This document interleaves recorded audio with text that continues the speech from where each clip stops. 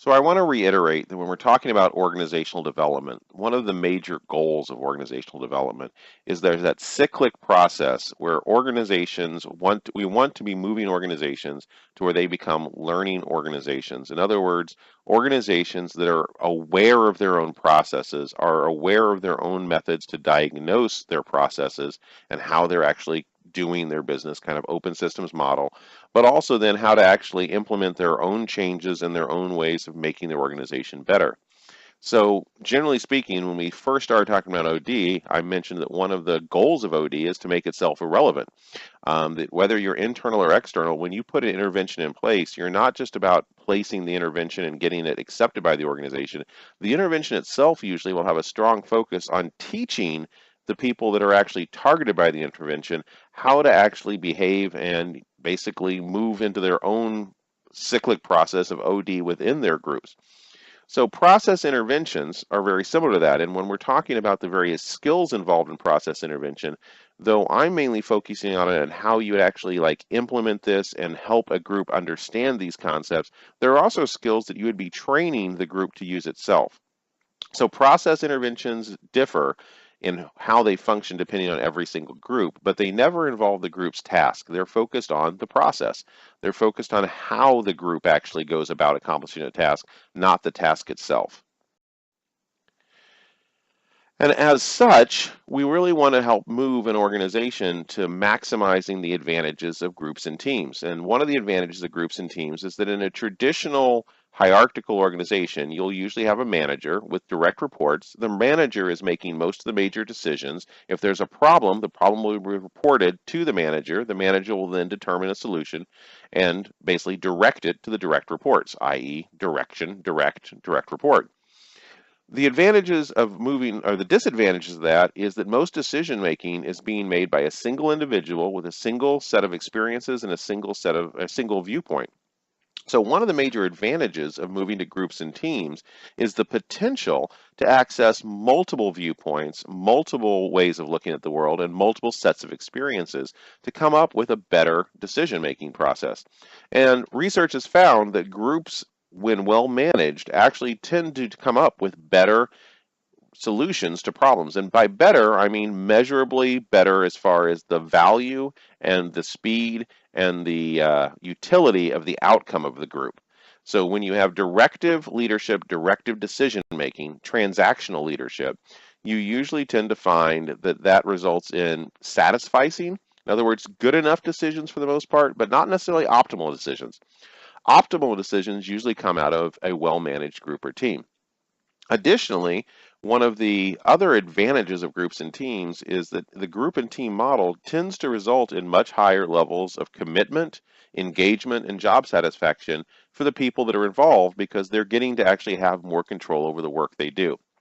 So we're really going to focus on kind of helping a group or a team. What skills do they need to make sure they're actually optimizing the advantages of groups and teams and not falling back into that transactional style of leadership, which is a hard thing to not fall back into. Almost every group and team will probably have assigned to some degree a senior member or a project leader. And for that project leader, these are the skills to make sure that they are not actually falling into the transactional leadership style. And when that occurs, you've basically just put a traditional style of a manager and direct reports into more communicative meetings. You really haven't formed a group or team. So clarifying and summarizing is a skill that we want to model and teach as a part of process intervention. The purpose is to resolve misunderstandings, to provide a summary of major points, to help group understand where it is. So this is basically trying to encourage people to share their opinions. So whenever someone actually is finished talking, the leader can clarify and summarize. So an example, Mary, I seem to hear you saying blah, blah, blah, blah. Is this correct? And this really is a way to kind of summarize and keep people on focus, but also to recognize their contributions. Synthesizing and generalizing, putting several points together in a common theme, taking ideas of one person and attaching them to the previous ideas that other people have put together. Example, am I correct in assuming the rest of you share Erwin's position? So again, kind of trying to get to that consensus building is the idea of synthesizing and generalizing.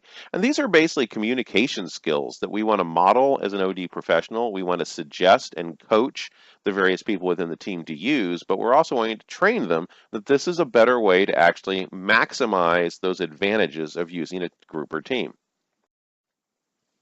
Probing and questioning, so seeking more information, asking questions, useful at the beginning of discussion or if members are reaching hasty conclusions. So an example, Larissa, I'm not sure everyone understands your point. Could you explain it in a little more detail? This is also important to recognize that sometimes it's easy to fall into if someone's not talking, they probably don't have an opinion. And that's rarely the case. Usually if someone isn't talking, it's because they don't feel comfortable talking or they're not necessarily feeling like their opinions are valued. And a lot of times probing and questioning, what do you think about this? Have you got any thoughts? What is your ideas? We really want to hear them. Let's get it out there. These kind of activities, again, increase the likelihood that you're going to create a norm of actually sharing ideas. And not all ideas are going to be great ideas, but it's a good idea to be able to look at them because a lot of times someone may have an idea that they're not willing to share, but if they're coached out of it, if they're probed for it and they put it out there, people may build on that idea to come up with something that's really, really good. Listening. So communicates non-verbally that one is listening. And this is again something that actually I find is I'm going to get on my soapbox here, a little bit of disappearing in our modern culture, especially with these cell phones in our pockets. And I'm just as guilty as everyone else. I carry my cell phone with me all the time. I do a lot of my work on my cell phone.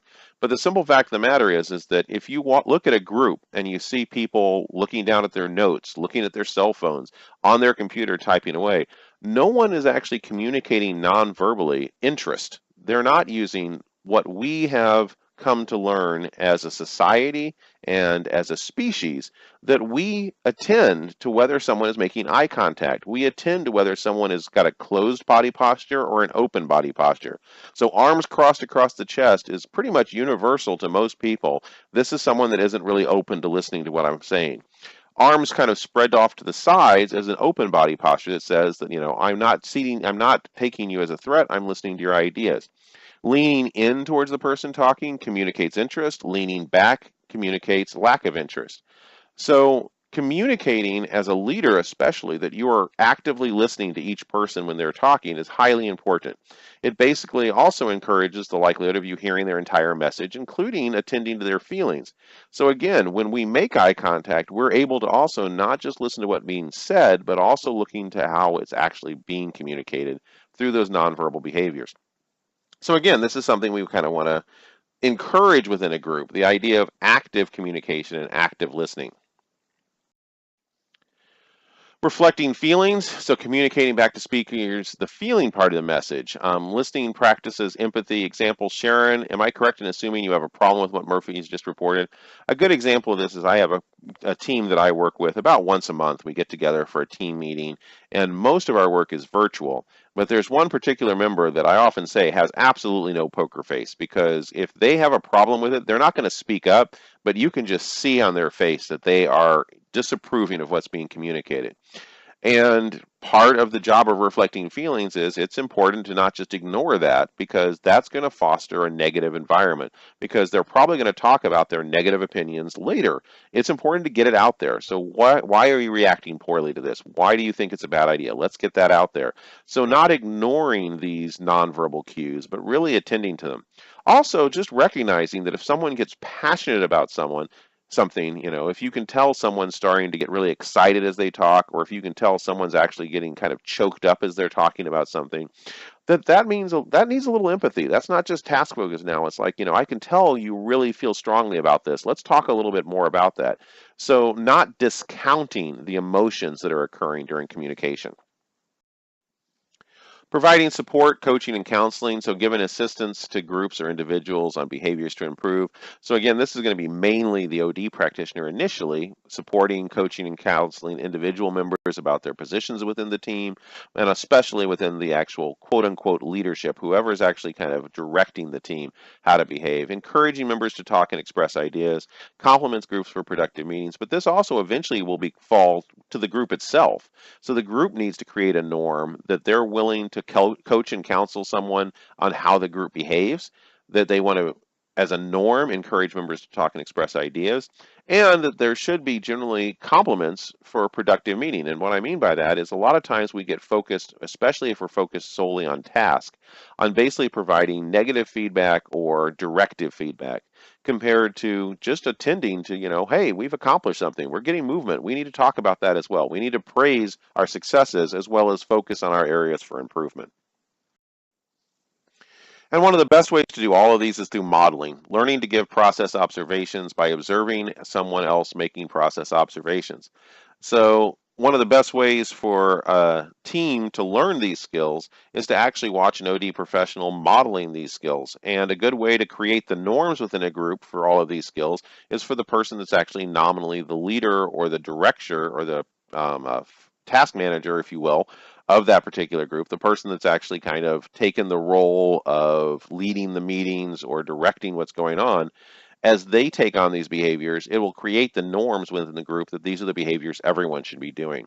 So members are encouraged to take the role of providing their own process interventions to do these skills in every one of their interactions. So setting the agenda, when doing process interventions, initially, it's very important for the actual person, the OD professional that's kind of doing and directing a process intervention, to also set aside time to discuss the process issues apart from the content or task issues. So actually having a part of each meeting, let's talk about what just happened in the meeting. Let's talk about how these communications, where were times where we were doing well with our processes and where were times where our processes may have been something we could improve on. May include how well members communicate with each other. And again, once a group actually gets better and better at this, the skills become more ingrained, the norms get set. This can also just be a diagnosis, once every 2 or 3 meetings, just a brief moment to say, hey, are we still doing everything okay? Is there any problems with how we're communicating? Feedback observations, so provide feedback on group process, limited to extent that group is able to accept feedback. So again, the person that's kind of in charge of process intervention, whether it's an outside OD or someone even that takes on that role in an existing group and team, can actually provide feedback and give information to people about how they're proceeding, though it always is important to kind of determine how the group is going to accept that feedback. You want to make sure that the feedback is done in a way that's it's illustrating the positives of the group and the positive individual behaviors and how to simply improve on those strengths. Can also be structural suggestions. So not only can we get general observations on how people are actually behaving within the organization, we may also come up with structural suggestions from doing a process intervention. Because again, we're looking at how the process and communication and decision making is happening in a group or team.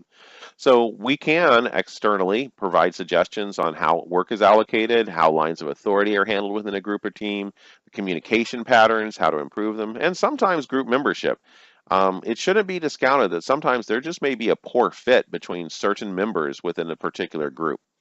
What we really want to focus on, though, with structural suggestions is if at all possible in all times, we do want to try to put as much power and empowerment within the group itself to make these decisions and for the group or team itself to make these changes in how they work compared to a manager or a supervisor directly stepping in, taking over, and providing this information directly. Now, group membership may actually, for example, require a manager or a supervisor stepping in, but we want to avoid that whenever possible.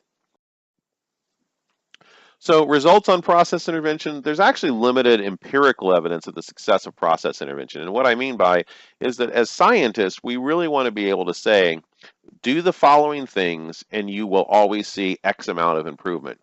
And again, with groups and teams, there are so many other variables that just putting a cookie cutter, do these 5 behaviors, change these 5 things, and all groups are going to behave better, ignores the variety of different combinations. Every individual is unique enough to try to predict how they're going to behave in every situation. Put 5 to 7 people together, and that just multiplies that issue. Some findings do suggest positive effects for participants, and that's where most of the studies actually kind of find when we do have lab studies, so very controlled studies that find that when communication is optimized and people are strongly encouraged to share opinions, groups tend to come up with more novel and more successful solutions to problems. So we know that. Now, do we find that in real world settings? That's a lot harder to find because there's a lot more constraints and a lot more variables compared to a laboratory study. What we find in the real world, so to speak, with groups and teams is not a lot of evidence of direct increase in decision making, though we do have evidence of that in controlled lab settings. What we tend to find, though, is positive effects on the participants. So experiences of higher job satisfaction, higher engagement, and sometimes individual performance. The results of process intervention is relied upon by OD practitioners. This is a very common method that we use and that we preach. So it's basically focusing on improving how teams and groups work. And it's also increasingly being used by actual line managers in their daily operations. So again, that's that transition from transactional leadership to transformational leadership in a lot of organizations. And we're also finding that more and more often when we come into new organizations that have groups and teams, people are more likely to be using a lot of these skills already.